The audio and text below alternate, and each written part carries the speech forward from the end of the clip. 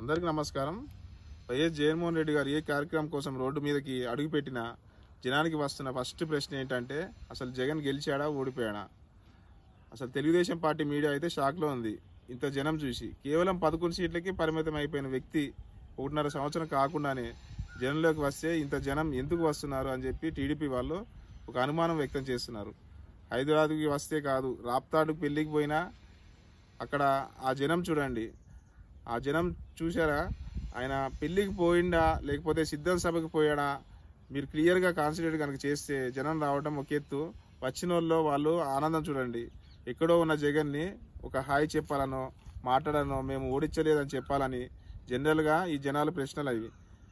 హైదరాబాద్ పోతే కడప నుంచి కర్నూలు నుంచి జనాలు వచ్చారన్నారు. జగన్ అన్న వ్యతిరేకులు మొత్తం. మరి ఈ రాప్తాడు పెళ్లికి ఎక్కడి నుంచి వచ్చారు? 7 అడుగు పెట్టిన జనం చూస్తే ఇసుక చూసినట్టే ఉంటుంది. జగన్కి వచ్చిన జనం చూసి జీర్ణించుకోలేక జగన్ అన్న వ్యతిరేకులు అందరూ కూడా డైజెస్ట్ అవ్వక ఏదో కారణాలు చెప్పుకొని వాళ్ళు బతుకుతూ ఉన్నారు. ఆ టీవీ ఛానల్, ఎల్లో మీడియా అందరూ. ఈ స్థాయి ఇమేజ్, ఈ ఫాలో ఉన్న లీడరు, అది ప్రాంతీయ పార్టీలకు, అది ఒక ఓడిపోయిన పార్టీ, 11 సీట్లకు పరిమితమైన పార్టీ మా పార్టీ. అందుకే అందరి ప్రశ్నలు ఓడిపోయాడా ఓడిచ్చారా మరి ఏ కారణంతో చూడాలో తెలియదు. కానీ మరొకరికి సాధ్యం కాదేమో నాకు తెలిసి ఈ స్థాయి జనాలు ఎగబడటం ఇంకో లీడర్కి మనం చూడలేమేమో మన జీవిత కాలంలో.